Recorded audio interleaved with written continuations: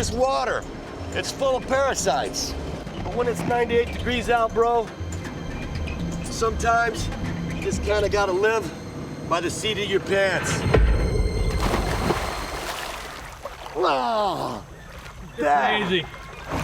Something tells me there's some type of foreign insect that probably laid a couple eggs up there in the sinuses that tonight while I'm sleeping will hatch and put little tentacles up and eat my frontal lobe.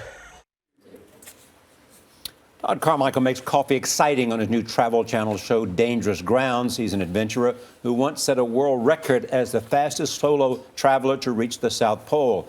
But his main job is searching the world to find the best coffee beans for his company. He joins us now. Welcome. Thank you, thank you. What's the philosophy that you think has made you successful?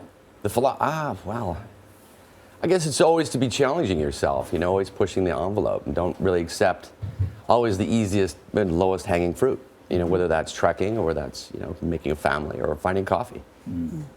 What's the best coffee you've ever had? The best coffee I ever had. Well, it's kind of like food. It depends on, who you're sharing it with. And it depends a lot of, the moment, I guess.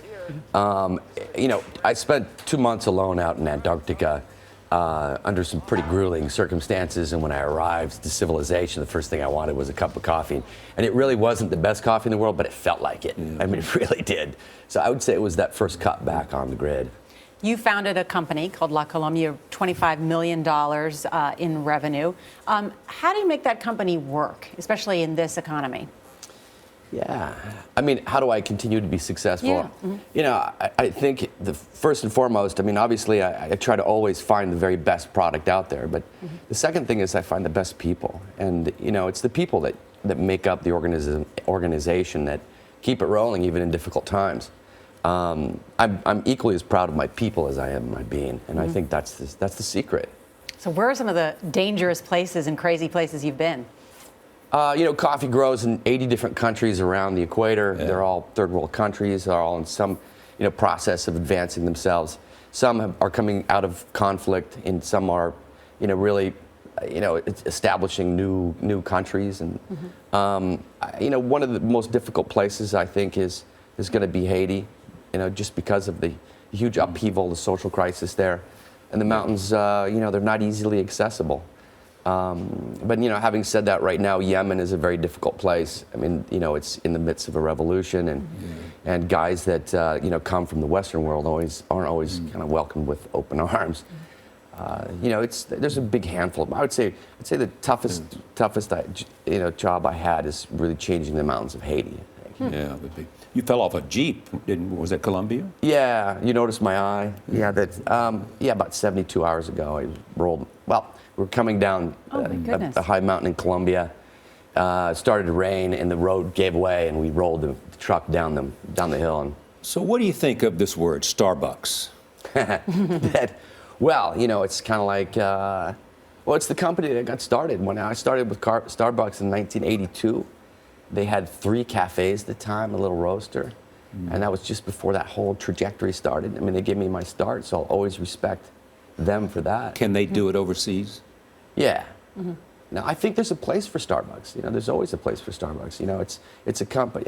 Even during the program, I'll always tongue-in-cheek kind of make fun of Starbucks, but it really lit a fire, and it really, I think, put the United States in a position to claim the trophy of being, I think, the go-to country for specialty coffee. Yeah. You're a coffee guy, but Starbucks has just paid over like $600 million for Teavana Holdings and is planning to do the same thing for tea that it did for coffee. Do you think that'll work?